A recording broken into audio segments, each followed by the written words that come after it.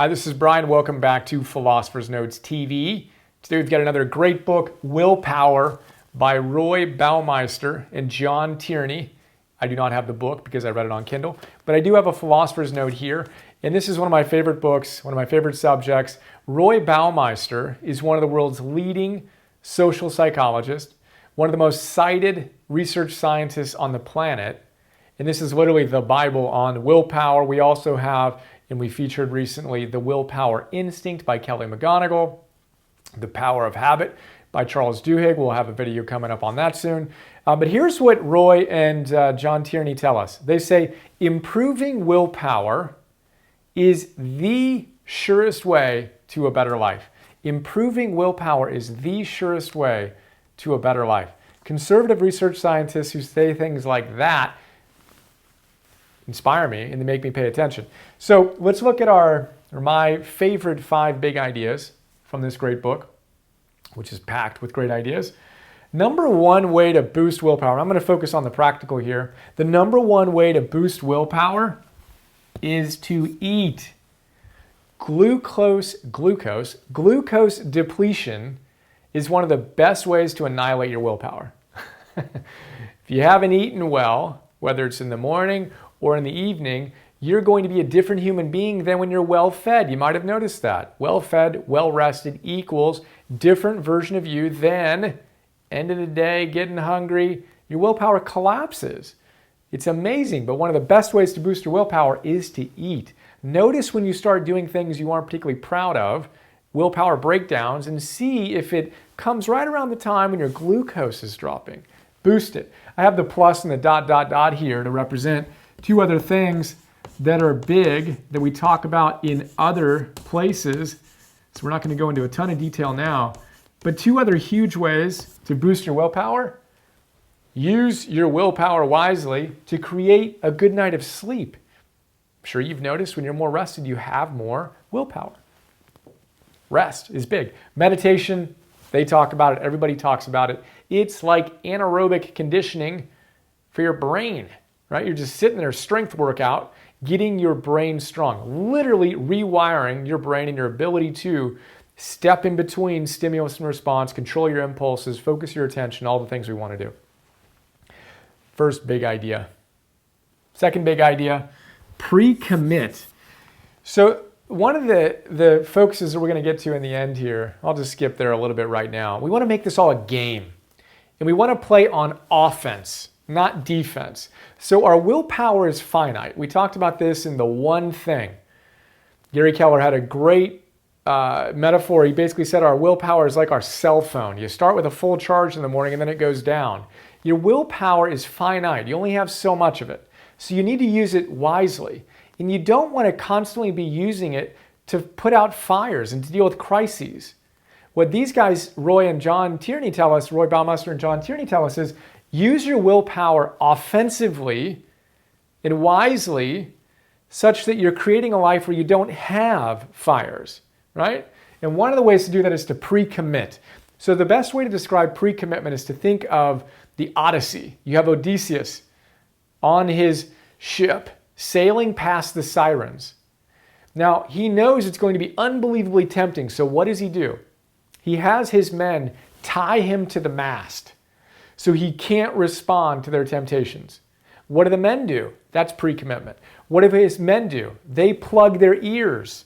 They pre-commit to a course of action. They will not be distracted. That's what pre-commitment is. You can do pre-commitment by deciding in advance what's okay and what's not okay, and creating your life such that you've pre-committed your future self to a certain course of action. If you decide you're going to eat more healthfully, for example, then you can throw away all the junk and you can no longer buy it. That's a form of pre-commitment. If you have a problem with overspending and you're going out with friends to a mall or whatever, leave your credit card at home. That's a pre-commitment. So you want to find ways to use your willpower wisely, be on the offensive. Pre-commitment is a huge, huge practice. This next idea is a funny one. Tidy up.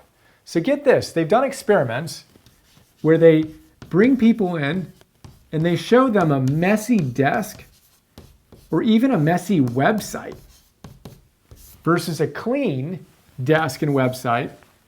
And would you believe that the individuals who saw the messy desk and the messy website had diminished willpower? Simply tidying up, being in a clean environment, increases your willpower. That's crazy. So look around you right now. Are you tidy or are you messy? This is a really cool way to be on the offense. Use some willpower to clean up your work environment. Keep it clean. Everything has a place. Doesn't need to be a big deal, but then return your desk to a ready state at the end of the day. And you know you're going to start it with a clean environment. It might get a little messy, but you're going to bring it back. Tidying up is a surprisingly cool way, an effective way, and subtle way to boost your willpower. So do that. Tidy up. Next big idea, bright lines. So I'm a proud law school dropout. There we go. Bolt class of 2000. But I did take a little bit of contract law for that part of a semester I was there. And attorneys have something called bright lines. Bright lines. You want to make a contract really, really straightforward. Bright lines. There's no ambiguity about what everyone's agreeing to. Well, we want to do the same thing with ourselves. You want to create these really, really bright lines. So if you want to reduce your smoking or drinking, for example, you can say, well, I want to drink more moderately. More moderately. Well, where does that fall? Does that fall here or does that fall there or here or there? I'm not sure, right? That's not a very bright line. A bright line would be, I am never going to smoke or drink again. I have total abstinence. That is an extraordinarily bright line. And paradoxically, it makes it unbelievably easier for you to honor that. You don't need to negotiate with yourself every single time and then fall down a slippery slope into a habit or a behavior that you're not proud of. Bright lines. Get really clear on that. Example for me, I used to waste way more time than I like on ESPN or Google News or in my email. I have a 0 policy on ESPN. I don't go there. That's a lot easier for me. Then I'm going to do it less. What does that mean? That doesn't mean anything. And then when I'm stressed and tired and I need to eat or rest, I'm most likely to say, oh, no, that's cool. Now's the time to go 5 times in the last 10 minutes or whatever. I got to make sure I get that story too. But when I have a bright line of 0, it's unbelievably easy to do. So get clear on the habits that you want to create and see if you're creating fuzzy lines or bright lines. Really big idea. Then we're back to our 5th idea here of making it a game. Again, this is all supposed to be fun, A, and B, you want to play this game offensively. Use your finite willpower wisely to create great habits like this, and then know that as you optimize one part of your life and you exercise willpower in one part of your life, it extends across your entire life. Super cool. So individuals who came in and were asked to do something small, whether it's squeeze a little hand grip or quit using curse words or to balance their checkbooks, what they found was that other aspects of their life had increases in willpower as well, outside of what they were asked to focus on. So when you focus on things that really inspire you to change, know that you're building an overall willpower muscle, if you will, which will extend into other parts of your life, which is very cool. So again, remember, boosting your willpower is the surest way to a better life. This is worth investing your energy into, and I hope that you enjoyed this. We're going to do a class, by the way, in a very short period of time, a week or so from the time that this video is being recorded and shared, on Habits 101, using willpower to boost our habits and the subconscious practices that we engage in that drive our lives. I'll put a link so you can learn more about that. But for now, 5 big ideas. Remember, eat.